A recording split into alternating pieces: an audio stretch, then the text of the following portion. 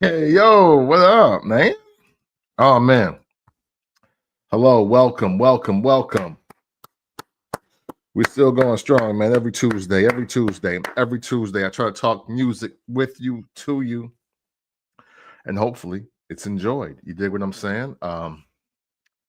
It's time for some more album reviews. Matter of fact, this is like project reviews. I probably just call it project reviews, especially on a week like this week. But we'll get into that as I explain why Made in the 1980s. You know it. Every chance I get. We're gonna promote it. Thank you to everybody that does take the time to listen to the show or watch the show. It is greatly appreciated. I definitely appreciate all of you guys as you you take your time out of your day, or you just add it as an accompaniment to your day.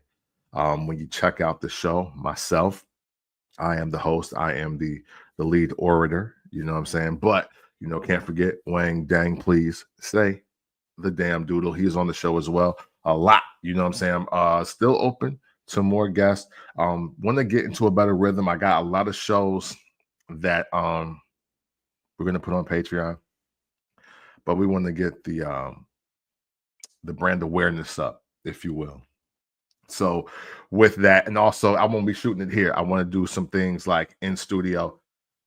So you may be seeing more faces. You may be seeing more faces, more places. As I try to build and build correctly.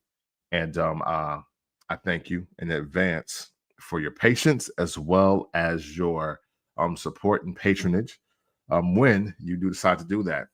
But today it's all about the music. Like and subscribe to my YouTube channel. I would love for this to reach 500 by the end of the year. And the goal, no matter what the numbers say, on December 31st, we're going for 1,000 subscribers minimum in the year of 2025. So I look forward to going on that journey with you all, capturing it and showing it to you in a different way. Sorry, I got distracted here. I got this engraved guitar pick. My wife got this for me. She's super dope. She does some super cool things. But not to be distracted, music, right? We're here to talk music. And thank you again for joining. When you could join, I'm in this live. And if you've heard of these albums, please let me know. All right. So headline is real clear, right? Freddie Gibbs. I almost said Freddie Mac. That's my cousin, though. Freddie Mac, what up? What up, cuz? Freddie Gibbs, Mac Ayres, Elmiene, Phonte, and Conway the Machine. Okay. All of these projects have dropped throughout the year. Some of these earlier in the year. So on your DSPs now, in your Apple store now, everything. There is nothing that is super exclusive here. And for anybody that's wondering why I do these, hey, look, the labels ain't helping you no more. With the guerrilla marketing and the promotion, the DSPs aren't helping you. Some of these albums I happen to find just because I like these people and search for them. So you're not even guaranteed to see these on you're not guaranteed to see these when you just go to your front screen of whether it's Spotify, it's Apple, or it's Tidal. Y'all know me. I'm on Tidal. Why? The music always sounds better on Tidal. That is it. Hey, Wang is here. So if you want to talk Gibbs, I want to go through my notes here, and then we can rehash Gibbs at the end of what I got planned for the people, Wang, and we can get that cracking. So let me know. I will send the invite link, and I'll invite you in here to talk about the Gibbs album. And you know what I'll do now is I will now push that to the back of my my reviews, and we'll kind of restructure this another way. So I would actually like to start, not with Gibbs anyway, because I don't know if a lot of you are aware of a couple of the artists that are on here. So let's talk about them. Let's talk Mac Ayres first. Mac Ayres, I think is a really dope artist. And even though I didn't realize he had done one, um, I searched for his Tiny Desk this weekend because that's one of my favorite pastimes. I like to get faded and watch Tiny Desk to see how good the music truly is. And boy, is it a great time. But Mac Ayres, if I had to describe Mac Ayres to a person that has not ever heard of him before, I would say it is the ultimate mashup of Justin Timberlake and Dwele. And I do mean that respectfully. I do mean that positively. And he got a new album out. It's called Cloudy. And Cloudy overall is dope. Now, if you may or may not know, I'm not really into long albums. For me, get your point across within 14 tracks, and I'm good. So now, with that being said, this album is 15 tracks, and it's also 52 minutes and 19 seconds. And what I'll say about the Mac Ayres album is this: if you are familiar with them, it's a lot of that sound that you know and love from them. Again, it's Justin Timberlake meets Dwele. You know, it's like they're all in the studio session together. It's and Mac Ayres comes out. It's like if Justin Timberlake and Dwele go into the studio, they become Mac Ayres. That's how I think of his music. And I um I love how he is able to chronologically tell you what his relationship status is and how things are going. And this is one of those kind of joints. So like Cloudy, um, it's I think it's kind of a metaphor in a way. You know, Cloudy, for me, after listening to this album a couple times, Cloudy could be this situation that he's in. You know, like how some people can't wait to tell you that they're in a situationship, or they can tell you that oh, my relationship situation is complicated. Well, I really do think that this album is probably for a lot of you out there, and it's a lot of smooth grooves. It's a lot of tunes that I think are just heartstring pulling. You know what I'm saying? Some of my favorite joints on the album are "Alone with You," "Love Somebody," "Wrong," "She Just Want to See Me Right Now," and "Circles." Circles is like vintage Mac Ayres. I don't know if you've ever heard of this gentleman before, but he has a lot of songs that are in that vein. Um, like I feel like this is like lonely or easy to some degree, like with just the tones and the chords that he's using on this. And oh, and also Love. Love is also a really dope record on here. Again, you can't go wrong with this Mac Ayres. I think no matter what your relationship status is, I think this is a really good listen. However, at the same time, though, I do feel like if your relationship probably ain't in the best spot, or if you are trying to be in a relationship and the other party is just kind of resistant, but you can like hit, then this is probably going to be a dope project for you. This might be the soundtrack to your 2024. I don't know. Don't want to pry into your business that much. Mac has already given you a soundtrack potentially. Make sure you check out Cloudy on your DSPs everywhere you can be right now. Speaking of Tiny Desk, there's a new Tiny Desk out here. And I heard of this brother earlier in the year. I can't remember the joint right now. It's escaping me. But I just saw Elmiene on Tiny Desk, and not to be a prisoner of the moment, not to overhype or overrate somebody out here that's really doing their thing, but Elmiene might be one of the best live voices in the game right now. I don't want to just fully jump out the window and say he's absolutely the best, but man, vocally, he is amazing. He is amazing. And the Tiny Desk made me listen to his EP, because I don't think this is a full album. Any Way I Can, again. I'd already listened to the album, randomly hopped on YouTube, seen he had a tiny desk, and was like, oh, he looked like that. I didn't expect him to look like that. And then again, faded, faded, faded. So then turn on Tiny Desk. I was like, yo, let me just see if I miss somebody else before I get to this Elmiene. And I just realized that Mac had dropped the album. That's how I listened to his Tiny Desk. But back to Elmiene. Stellar is his vocal ability. And Any Way I Can is definitely a nice quick listen.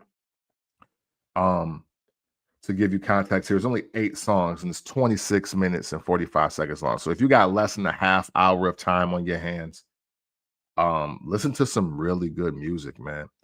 He's not American. I hope that doesn't throw y'all off. Again, I said, I think in my previous live, the UK artists, London artists, anyone overseas, like they have taken soul music and it don't sound like they're giving it back, but they're doing an amazing job with it. So you can't be mad. Like you can't hate. As an American, you can't hate. You just better hope that we stop using all this auto-tune and all these synthesizers and all this other madness, because these young people across the pond are getting busy vocally and the words hit too. You know what I'm saying? So man, I think Elmiene project late in the year, but man, Crystal Tears is a bop. It's a super bop. It's super fire. It's my favorite joint on here. One of my favorite songs of the year, just because of the arrangements of it. And this is one of the rare times where I hear a song live and I actually like the recorded version better. But I like range. I like octaves and tones.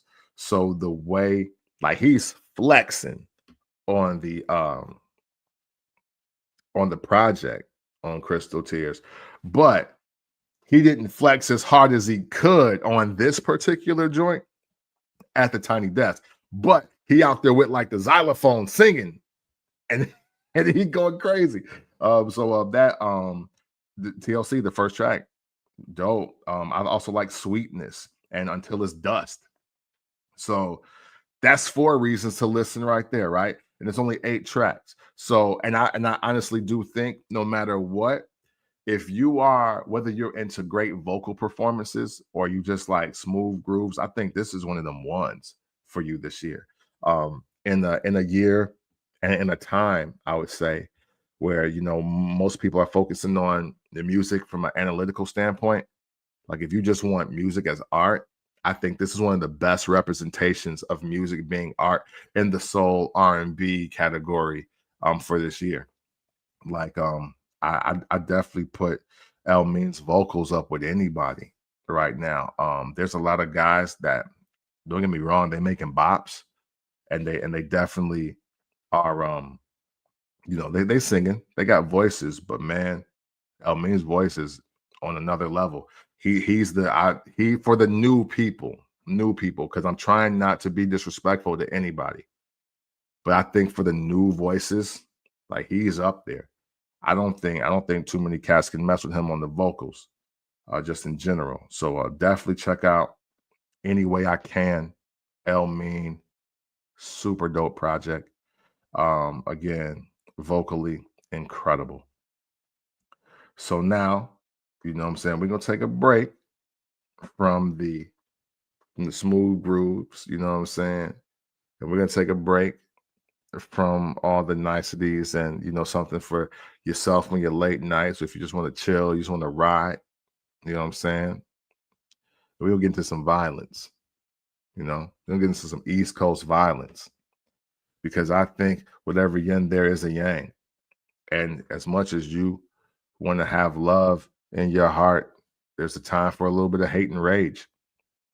And with that being said, Conway the Machine, Slant Face Killah is phenomenal. Hey, this is phenomenal to me. I love this project. I didn't even know this was out. I did not know this was out. And so, man, pleasant surprise for me when I happened to be scrolling because, I haven't listened to 11 yet because I'm still listening to Still Praying. I caught Benny, summertime Butch. Everybody can't go, and the Butch and Special joint. But man, I did not realize Slant Face Killah was available. And boy, oh boy, does this right here go crazy. From the intro, from the effing intro. It's 14 tracks. It's an hour long, a little over an hour and 5 minutes. But it is some of the greatest gun busting, drug selling, smack people. Just nothing's off limits. Nothing's off limits from the Slant Face Killah album, and I honestly that's what I enjoy about it. I enjoy it. Even though I'm much more of a reserved type of individual. I like to chill. I like to you know, engage in fine dining, indulge, I should say, indulge in positive conversation about life, happiness, and pursuing your dreams and your goals. Man, nothing makes my soul just like kind of perk up. Nothing makes my vibration keep its proper equilibrium than listening to things like Slant Face Killah, where people can potentially die any second and drugs will be sold, faces will be slapped, guns will be bust. And I'm here for it. Super here for it. Man, listen.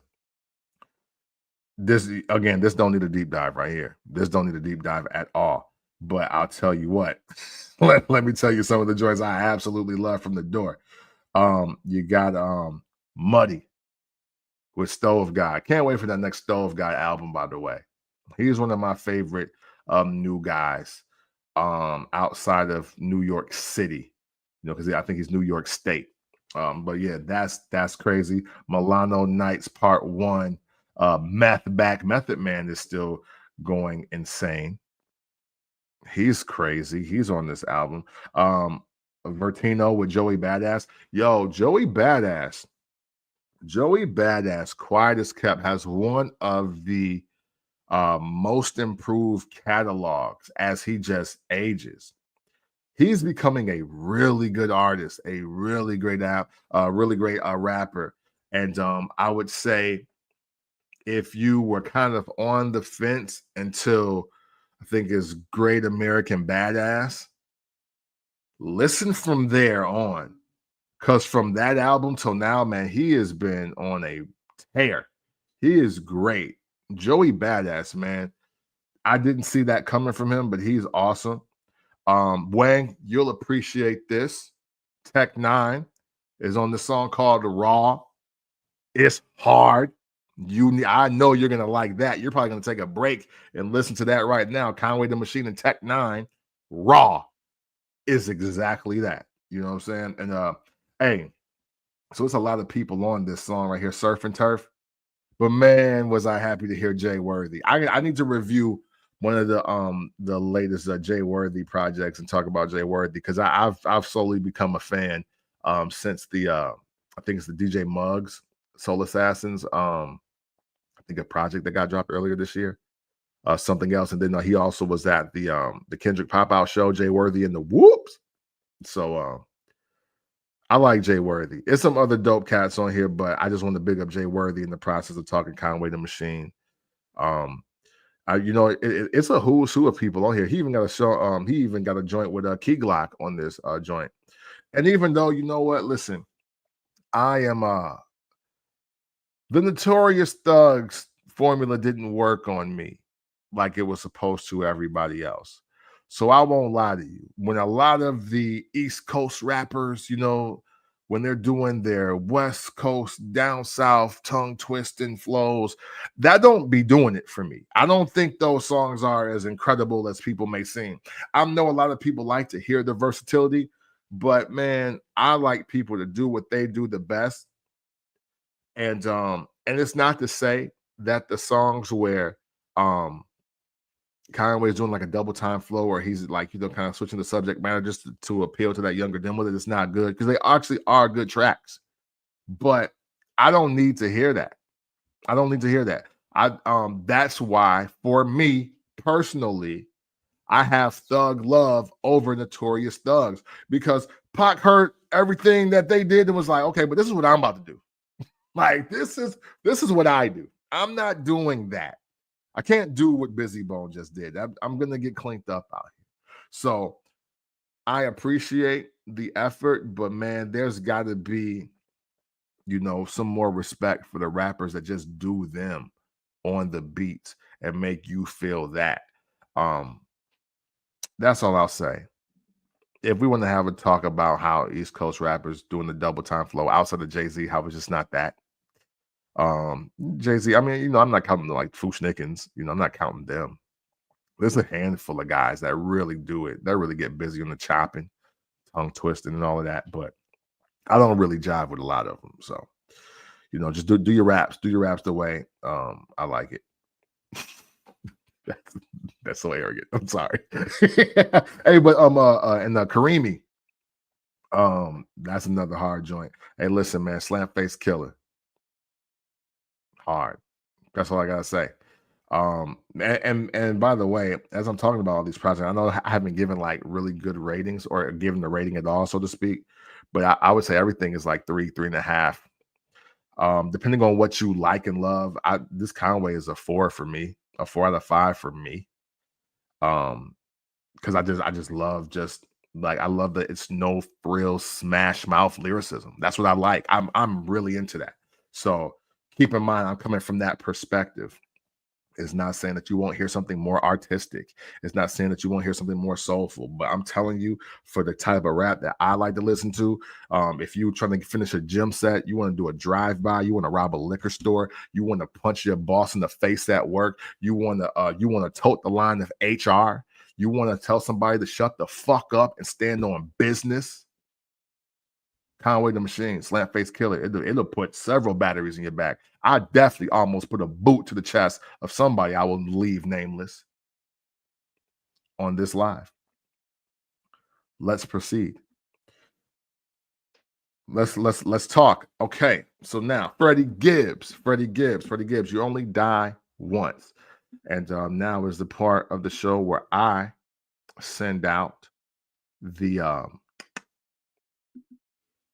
whatchamajig, the link to Wang Dang, so he can join here, because he said you want to talk about Gibbs, and I'm cool with that. Let's I got that sent your way, sir.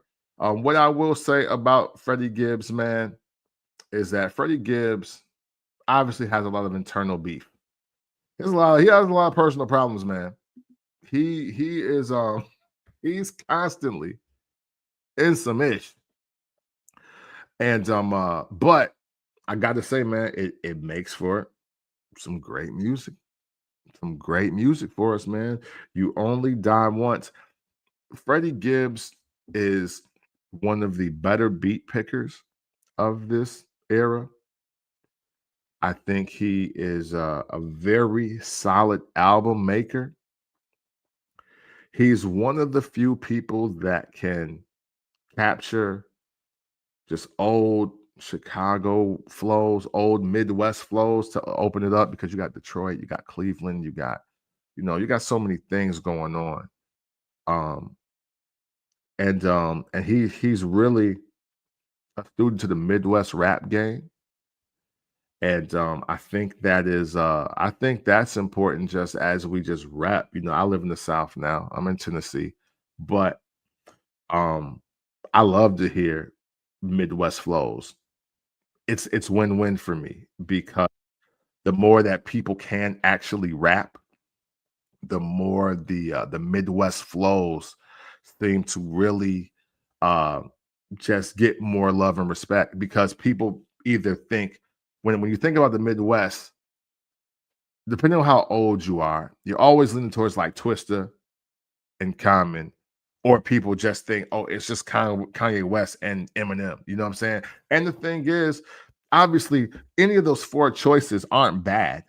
They're not bad choices at all. But there's so much more to the Midwest and music in the Midwest than just those four artists. And I think Freddie Gibbs overall captures that really well. To steal a line from somebody, and I don't want to cause him any trouble or any strife, but I do want to say that I totally agree with one of my homies. You know, this album, You Only Die Once. Freddie Gibbs does need to realize that he is from Northwest Indiana. He's not from Chicago, and the politics are different. The culture is different. There are so many people in the region that swear they from Chicago, and I like y'all don't even have the same governor, bro. Like, stop. Like, your Senate seat is different. You know what I'm saying? Like, we're the blue state, y'all the red state. And I'm from Freeport, Illinois, and never in my life have I seen so many people that were dying to be from Chicago more than the people in like Hammond, Indiana, and Gary, Indiana, and South Bend, and Valparaiso. It's like, yo, everybody from that pocket of Northwest Indiana, like, because the region is Northwest Indiana, Southern Michigan, East Illinois. And so many people, so bad, just want to claim Chicago. Like, bro, the state line is the state line. Like, you got to travel a good half hour to get to actual Chicago from Gary. But again, I only concern myself with hip hop news. I don't concern myself with street news and street politics. And on like the third listen, I happen to see like how much of that was just riddled with this through the Freddie Gibbs album. But I'm gonna leave that alone. Freddie Gibbs is an amazing rapper. He really is really that damn good. I wish that he would take some time out to maybe focus more on that. But I mean, again, hey, look, man, his pain is our pleasure. His pain is our pleasure. So we get a chance to enjoy his interpretation of his problems with everybody. and that is kind of what You Only Die Once means to me. But I got my guy here. Wang Dang, please say the damn doodle, because he wants to talk about Gibbs as well. And I love this aspect of letting other people let me know how they feel about albums as well. So, man, my guy, please proceed with your take and your thoughts on the latest Freddie Gibbs release. I like what you said about 2 minutes ago. See, all the street politics and shit. I'm here for all of that shit. Let's go. Hey, look, and that's why I wanted to add you. I'm like, let me see what I got to say first, then potentially ISO on you. Because hey, it's a different game. I have openly said Freddie Gibbs is easily my favorite Vice Lord. That's big coming from you. Coming from a disciple. Freddie Gibbs. That's big. He's easily my favorite Vice Lord. So when I saw him, like, oh, he's talking about Gangsta Gibbs. Okay, yeah, I got to get in on this. Plus, I'm kind of a Gibbs stan. I ain't gonna lie. Like, Gibbs is probably right now in my top 5. Hey. Like Gibbs drop, I'm listening. That's why I was pissed when you said that, that drop. Like, damn, how I missed that. I'm usually on top of it. But yeah, I don't want to jump too far ahead, but no, go ahead. No, do your thing. I've already given my thing. I'll try to listen to tracks that I actually super love on this. I've already said what I wanted to say, so do your thing. Like, I'm not disappointed in the album. Okay. But I feel like he's trying to reach what was the album with Mad Libs? Was it Bandana? Yeah. Yep. Bandana, and he got the 2 Pinata albums, and the 2 Pinata. I feel like he's trying to grab that over again. Mm-hmm. Like, one of my dislikes about the album, it was like super repetitive. Okay. Like, it's like, bro, like we know what you can do. Mm-hmm. and we know that you can elevate further than that, but it's like, I don't know, it's like he's stuck on that Grammy nod. Yeah. And he's closing himself in that lane. Like, that dude has probably, out of all rappers, he probably has arguably the most flows. Like, he can switch it up like nothing. Effortless. Like the last album, what was the song? Dark Hearted? Oh, yeah. He fucking spazzed. So like that from Gibbs, like the way he could just switch the flow, he could damn near ride any beat, no homo. Like, it was just something about this album. Like, since me and you talked that day, it has been on repeat since then. And I'm like, and don't get me wrong, I don't have your ear. Like, you can listen to something 3-4 times and be like, wow, I need a couple of days. That's all good. Hey, listen.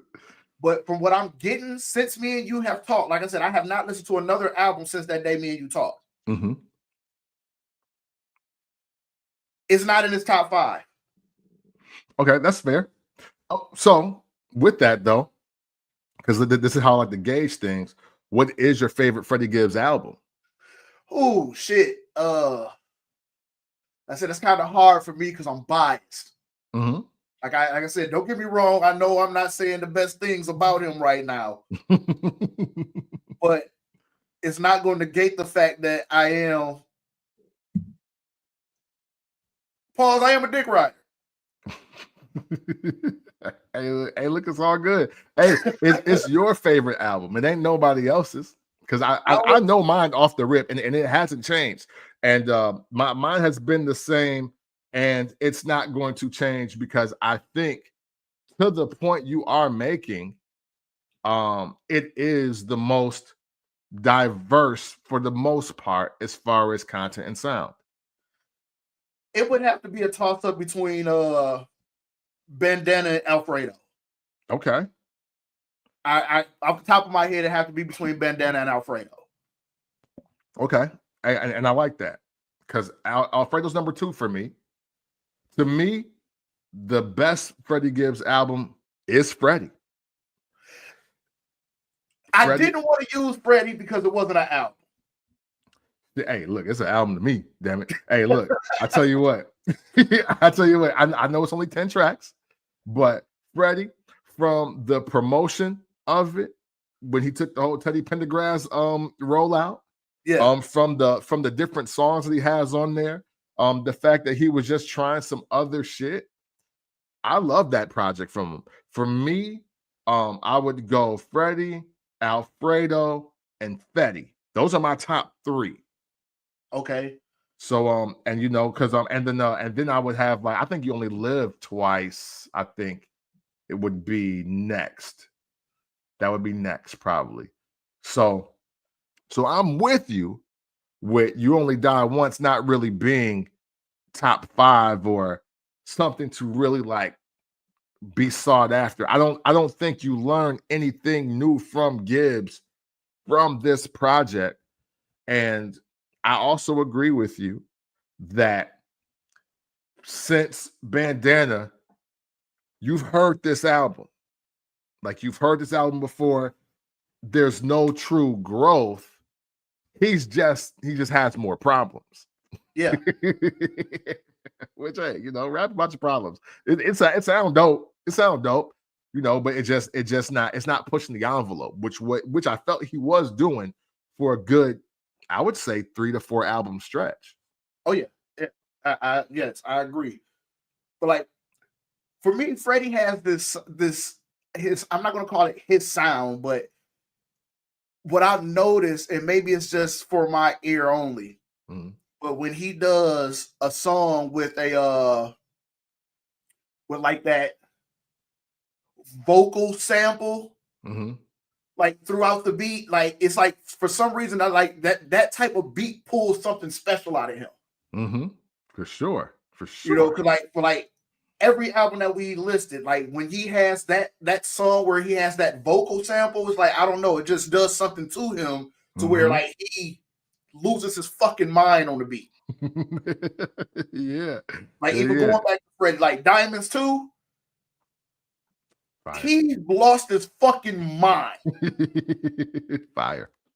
When he did Dark Hearted, I seen an interview where he was like, when they sent me the beat, I'm like, I don't even know what the fuck I'm gonna do with this beat. Said he didn't know how to rap on it. What the fuck do you mean? Right. Like, you don't know how to rap on it.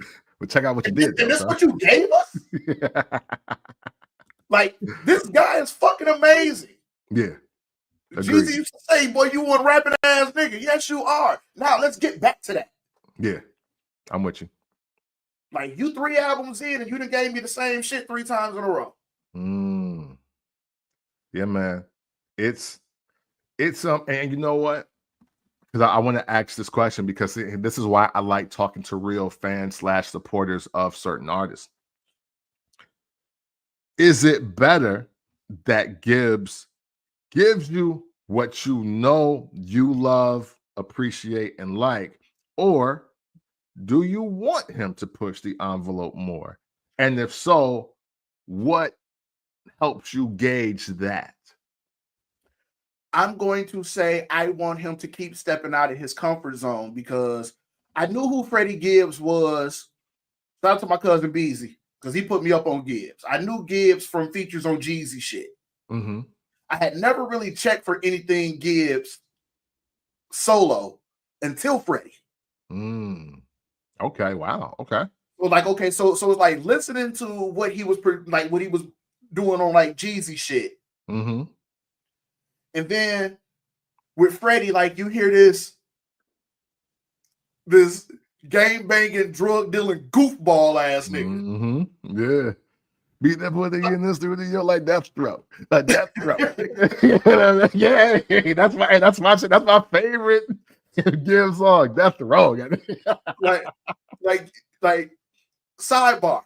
If Gibbs dropped the R&B album, I'm confident. Facts. I'm confident. Facts.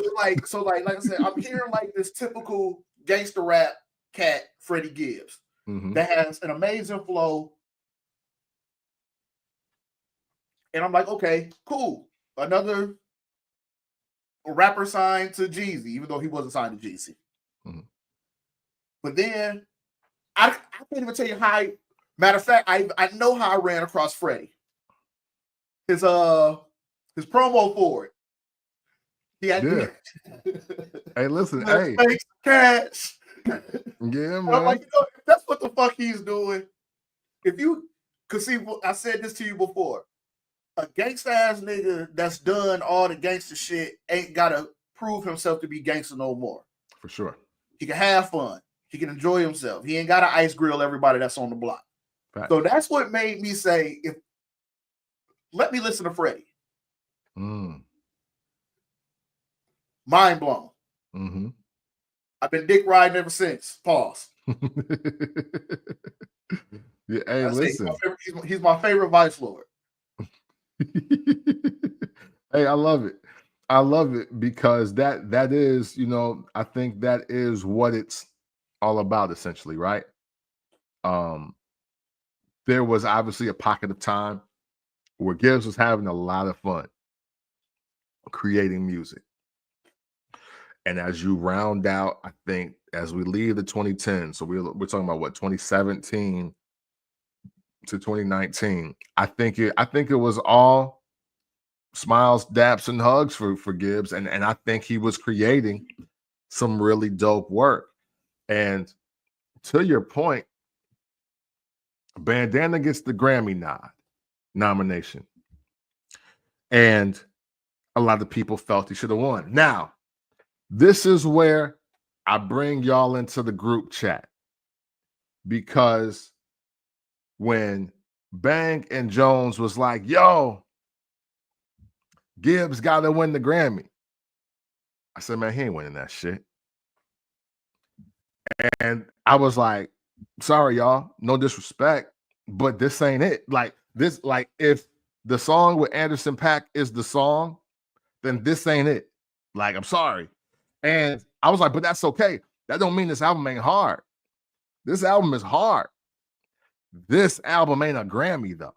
Like it's just not. Like for me, and again, I look at the Grammys differently than a lot of people, especially in the rap category. I was one of those few people that were not that mad at Macklemore, but then I'm one of the few people that I know that heard the highest album. So do with that information what you will. But what I was saying in regards to Gibbs was, I was like, I mean, one, I'm a Nas fan, but I wasn't even sure that he was going to win this category either. Like, I just want to be clear on that. But there is a certain sound, there's a certain level of artistic value that it needed to have. And even though I love Mad Lib from a production standpoint, I love Freddie Gibbs as the MC. What they came together to put together, it didn't scream Song of the Summer. It didn't scream anthem. It didn't scream if this was the Source era, this is 4.5, 5 mics. It just didn't scream that for me. So that's why I personally was like, yo, this hard is just not a Grammy award-winning album. And I think from that moment in time, he's just been trying to recreate that, thinking like, and this is just me psychoanalyzing here. Hey, well, this formula got me the Grammy.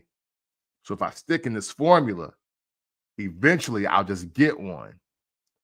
But I think the problem with that logic is other rappers start switching it up. And they're giving a greater contribution that's now better than your best effort. And that's a trick bag I don't think he wants to be in for long. Okay, so let me ask you a question, not disputing you, but picking your brain. Mm-hmm. What was on King's Disease that was an anthem? Or that you felt was like the summer vibe, or that one? That's a great question, because I want to open it up. Pause. Because King's Disease for me. Now, granted, look, I'm a Nas fan, and part of this is me just believing they felt they owed Nas too. So now I don't want to get it. You know what I'm saying? Like, you know, Nas is being regarded as dropping some of the best albums of all time. And he's never been nominated, let alone won anything. You know what I'm saying? So Fergie, right, yeah. Slap in the face of hip hop, not even Nas, like Fergie. You know what I'm saying? I mean, so hey, you know, so I'm hold on here. I want to look at the track list because I know that it wasn't a big record, but like for instance, like Spicy was on there, right? And that's the joint with Fabio and ASAP Ferg. Granted, that might be going crazy in New York, but whatever. But for me, though, for that year, Already 5 with Charlie Wilson is just a head and shoulders, like that comes on and you rock to it. And again, I don't think because like I don't want to say that Nas has ever really been the summer anthem guy, but Nas is definitely the car test guy. He's definitely the car test guy. If you want to know how good or how bad a Nas album is, put it in and go somewhere. That's about 30 minutes away. Listen to a Nas album on the way to Rockford. Listen to a Nas album if you got a road trip heading south. Like, you can put those on and then the music just hits differently. Now, I also think he got some points because he got the firm back together on one joint. And that was the Full Circle joint was I'm like, oh wow, you know what? There is no beef. There's no nature, but there's no beef, right? You know what I'm saying? And as a guy that does not like Don Toliver, I'm not gonna act like I do.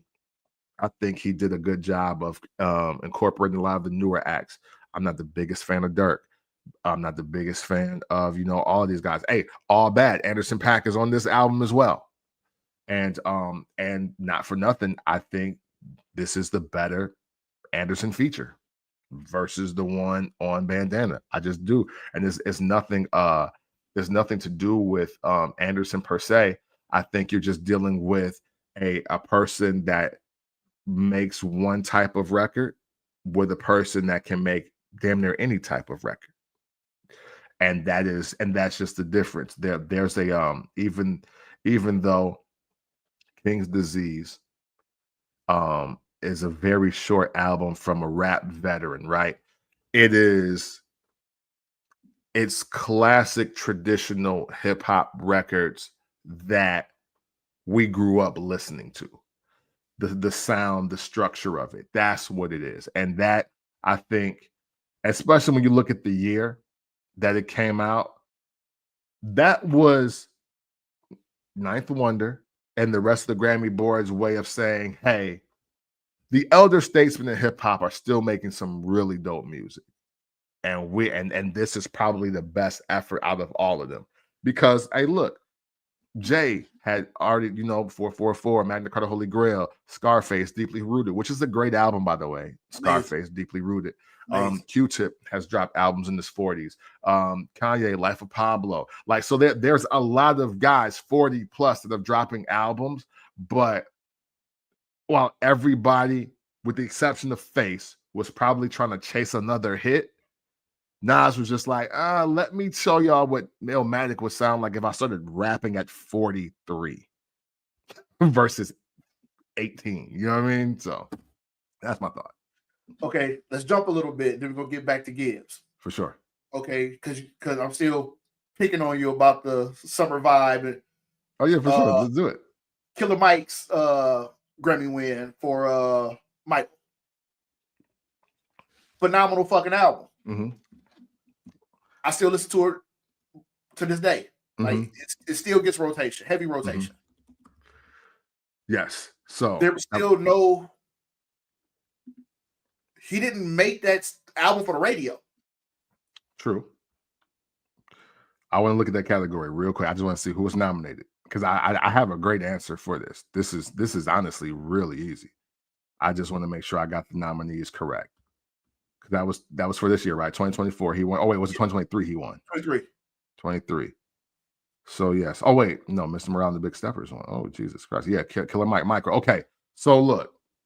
Not for nothing. These albums just were not better. Outside of, King's Disease 3. No, I don't have it over that. So, look. Drake and 21 Savage, Her Loss. Metro Boomin, Heroes and Villains. Nas, King Disease 3. Travis Scott, Utopia. Real talk, this album is just better than those albums. See, sometimes it really does come down to what is the best album. And Killer Mike's Michael is just a better album than all of these albums. Even though, and it didn't quite go, but Drake and 21 definitely had the summer anthems on this album. That Her Loss, because On BS is one of my favorite songs of that year. And there's also what's the joint? All these hoes, all of these hoes, you need to watch who the fuck you talking to. This is on the gang CEO. Whatever song that is, I was like, oh, hey, I love it. So look, they had the anthems, but Michael is just a better album. Like, it's just better. Like, that's and you know what? And see, and that's the tricky part about the rap category specifically. Because if you're having a best rap album, if you're asking me, it shouldn't rely on the numbers too much. It shouldn't rely on the analytics too much. And hey, and look, they made that mistake in 2013, right? Like that was the big argument. Oh, how did the Heist beat Good Kid, Mad City? And my argument was, well, look how that album performed. I don't care if all the hip hop stations didn't pick up every single Macklemore song. He made it to pop and rock stations. There was a point in time where every single format of radio, because I worked radio at the time, they were playing a Macklemore song. It's hard to deny that a guy like that doesn't get the Grammy. However, yes, Kendrick Lamar is a far better rapper than Macklemore. Yes, the artistic value of Good Kid, Mad City does supersede the Heist. But there are a lot of great storytelling records that shows a wider range of content and story on the heist. It now becomes a game of, well, do we do it for the culture or do we do it for the gram? And you know what I'm saying? Hey, and the thing is, for that particular year, I don't think you're wrong with whatever album you select. It's just that Black people, Black hip hop heads, and people that want to make a certain statement will always stand on Good Kid, Mad City should have won that Grammy. But Good Kid, Mad City is now in great company because you know what else never won the Grammy? Doggy Style. You know what never won the Grammy? Illmatic. I don't think It's Dark and Hell Is Hot won the Grammy. No. Muddy Waters by Redman never won the Grammy. A Tribe Called Quest. Their first 3 albums, which many people are saying now as we revisit, they dropped 3 classics in a row. They have no Grammys. So it's, it's just one of those things. But Michael, and what a time for him to win, what a time for him to drop, because it's just a superior album for everything about the art of rap, which that should count more, but we gotta start treating the category like that as well. So for years it was a popularity contest. For sure.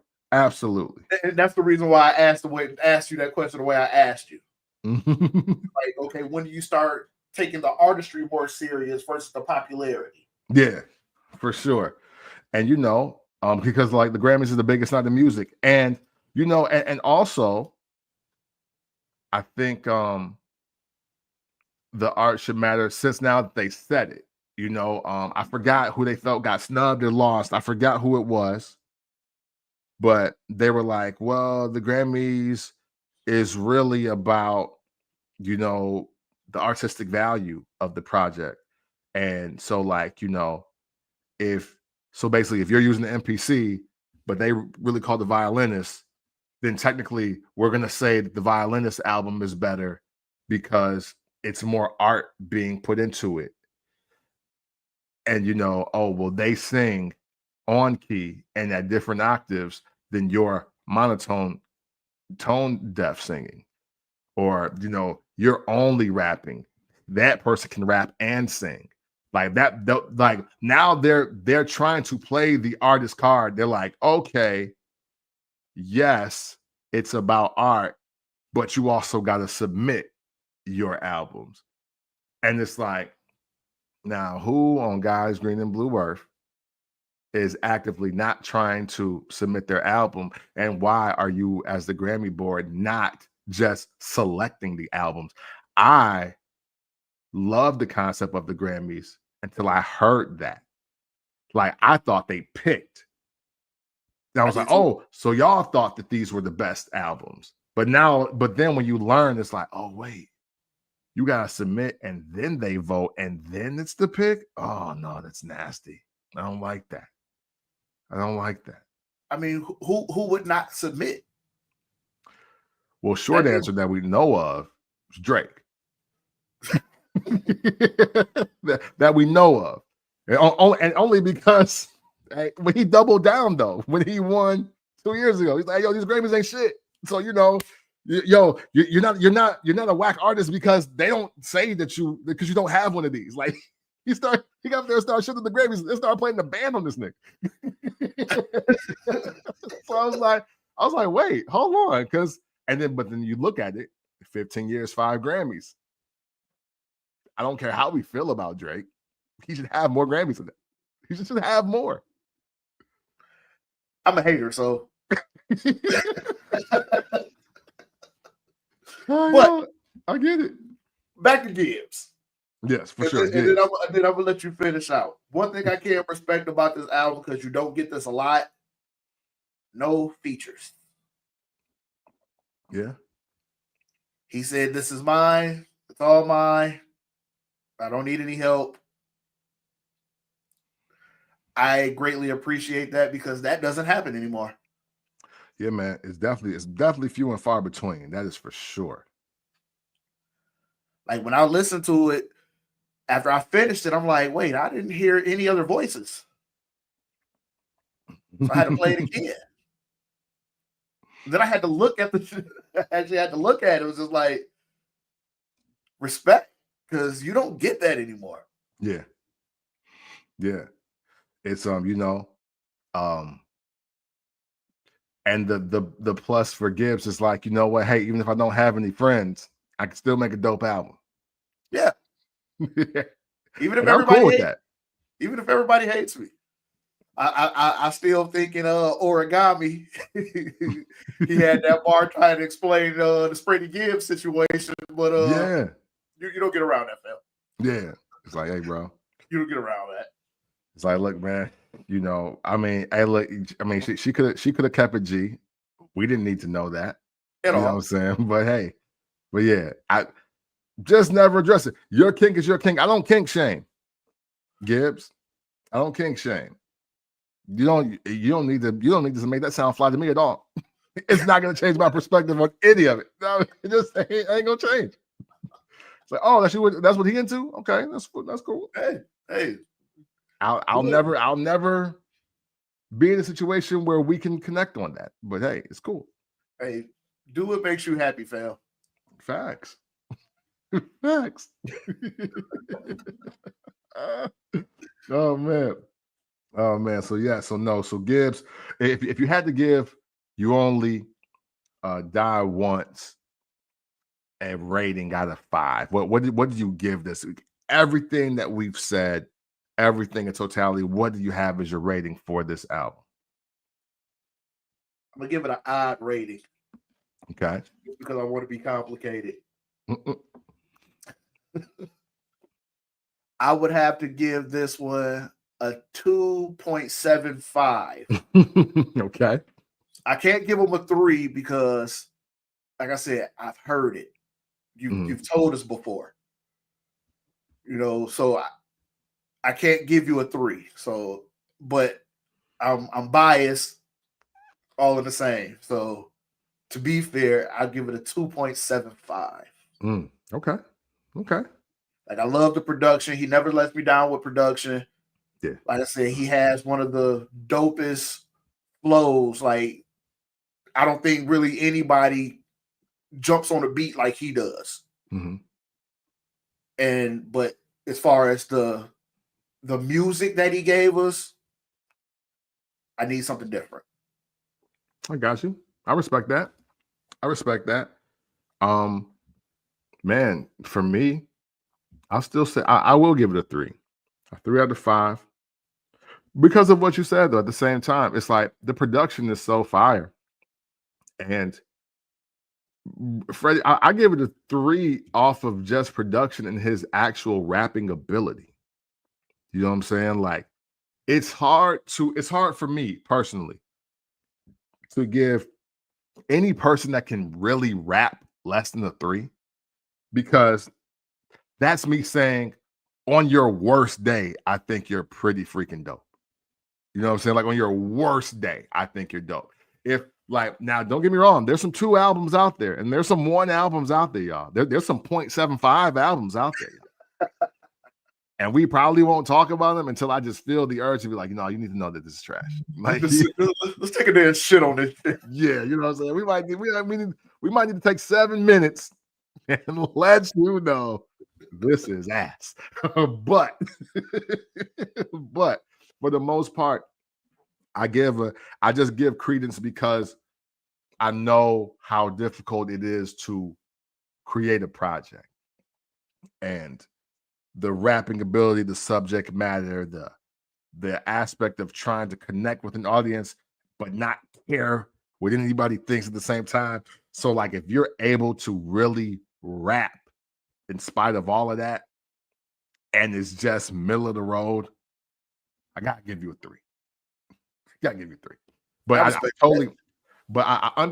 totally understand where you're coming from, because still, as much as we are saying all these positive things about Freddie Gibbs, this album is not in his top 5. So it can't be rated that high because like on the flip, I'm probably overrating the album by giving it a 3 because there are some other albums in his catalog that are 3 to me. And I heard it before this, so it can't be that much. That can't be that good. So no, yeah, I think it's the first time that we'd have never been that close on a rating, though. I'm sure it's a couple albums out there. We just haven't talked about them. Yeah, because I've heard you rate some things, goddamn it. I don't. Not recently though. I've seen you do some ratings, and I'm like, I can't agree. Oh, hey, just give me one album that you know. I know one's at the front of your mind. Off the top of my head, I know I can't. Damn it. I know I can't off the top of my head. Because I think the last one that I listened to that I didn't know that dropped was that 38 Special Benny. And that shit was nice. Nice. Hey. Now look, different. He's incredible on the rhyme schemes. He's incredible. Man, dang, I gotta find out what this album is. Or like at least one of them, because there's a lot coming out. I may do a live later if we get in the house and I finish what I gotta do in time to talk about the anniversary of Foxy Brown's Il Nana. I think we're gonna revisit that album today, just to hop on live, talk about it. I think it's gonna happen. Yeah. I actually got some time to actually listen to that too. So now you know what? We may have to do that. I'm going to I gotta structure some albums. We're doing 5 projects, and there's still some that I gotta listen to again, let y'all know about. But yeah, Il Nana review. Even if we don't do it today, maybe I gotta do it tomorrow. I don't know, but I think I'm gonna do that. I think we're gonna do that. Yeah, I got some time. I got some time today to listen. All right. Before I move on, any more thoughts on your guy Freddie Gibbs, your favorite Vice Lord, Freddie Gibbs? No, man, just shout out to my favorite Vice Lord, man. There'll never be another.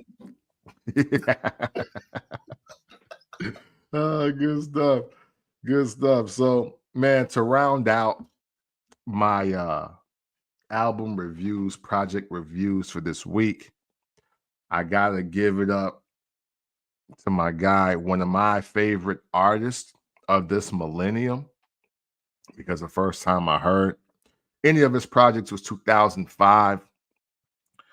He was the member of a group called Little Brother, Phonte, rapper Big Pooh, and Ninth Wonder. Yes, way before Threats, ladies and gentlemen. Ninth Wonder was giving beats to some pretty dope MCs. And because I caught the listening late. I had to go back and listen to the listening because I was introduced to them through Chillin' Circuit 1.5 and The Minstrel Show. Those are the 2 albums that I listened to. Phonte earlier this year put out Pacific Time 2. And man, it's a 4-pack. So no need to get your whole listening day together. Get your whole listening day around it. It's a quick little 4-pack, Pacific Time 2. And what I do want to say about Phonte, for anybody that is not aware, for a lot of people, he's the original Drake. And I know that depending on how old you are, you're like, oh no, Andre 3000 or Lauryn Hill's the original Drake. And that's cool. You know what I'm saying? I don't mind that either.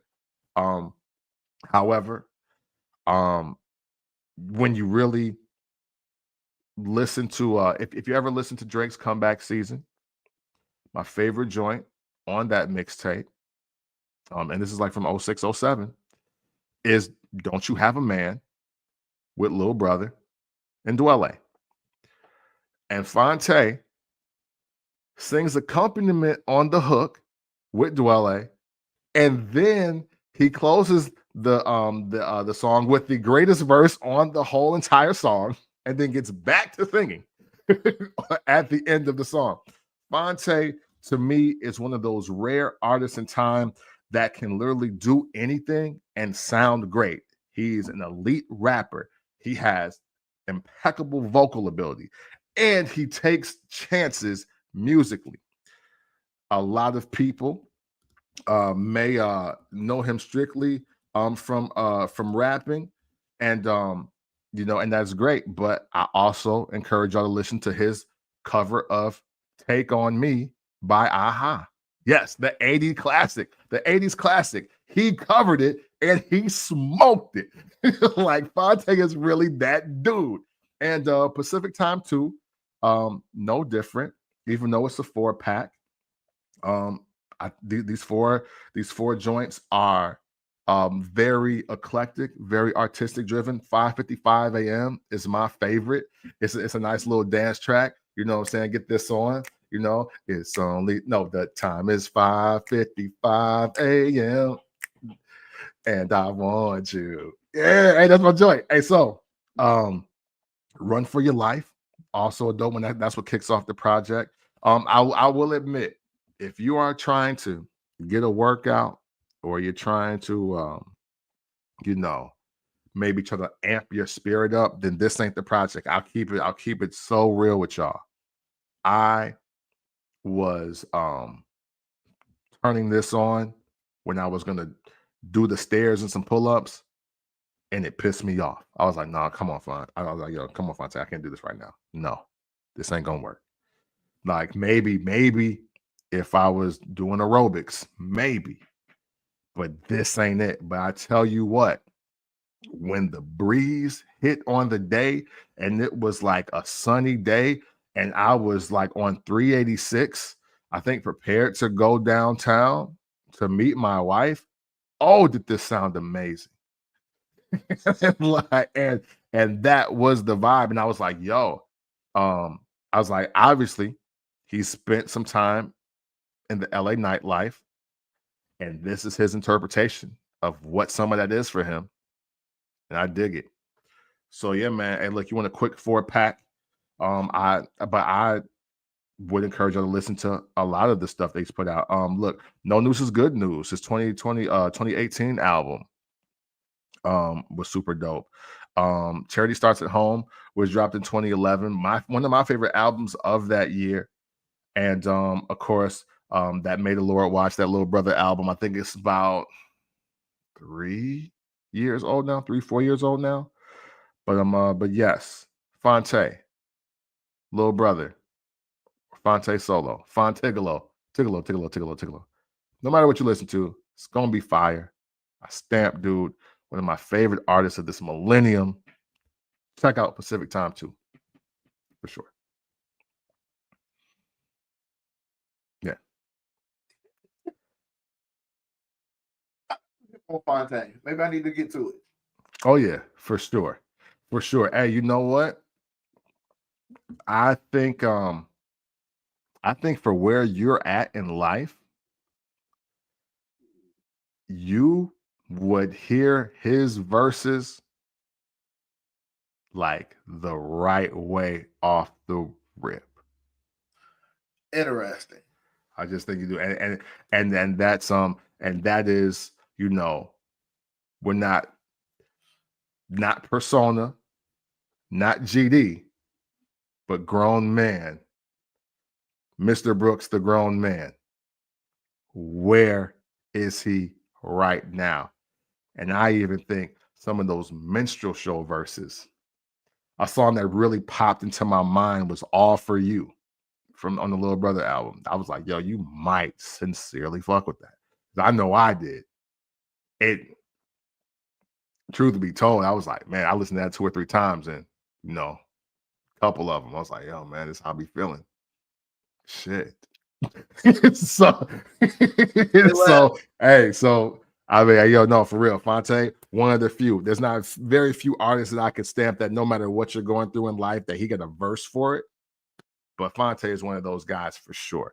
And not on some like just on some popular like or street shit. Like it's like, nah, he got some real life raps that are incredible. Yes. Mm-hmm. I need something like that. You know what I'm saying? Hey, you can even listen to him clean up Drake on Don't You Have a Man in 2007. You know what I'm saying? Hey, because he's super dope. He kick off his verse saying, I met her at the bar sipping on Patron, and now it's been 3 years off and on. Oh my God. I was like, all right, bro. I was like, all right, for sure. Like, I get you. I get you. I feel you. I get where this is going. And yo, again, incredible rhymer, storyteller. He's nice with the homonyms, ill flow.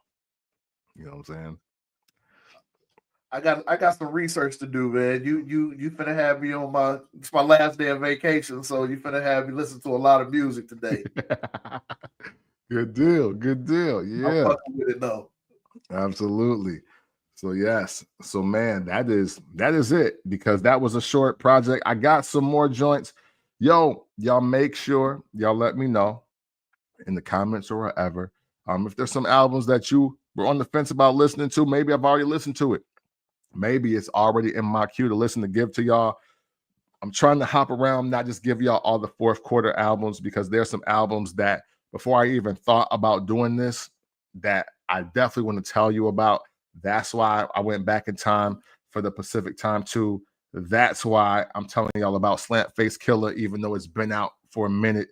And we're going to continue to do that because good music happened all year, and you just may not know about it because nobody's really talking about it. And hey, if Spotify won't do it, if the labels won't do it, and if the artist can't do it, shoot, I'm gonna do it. And that's just what it is, man. So thank you all for tuning in.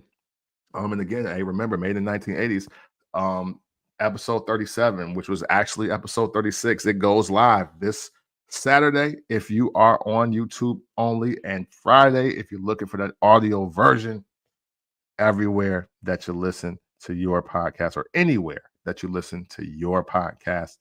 And thanks again. We appreciate you. And always and consensually, it's love.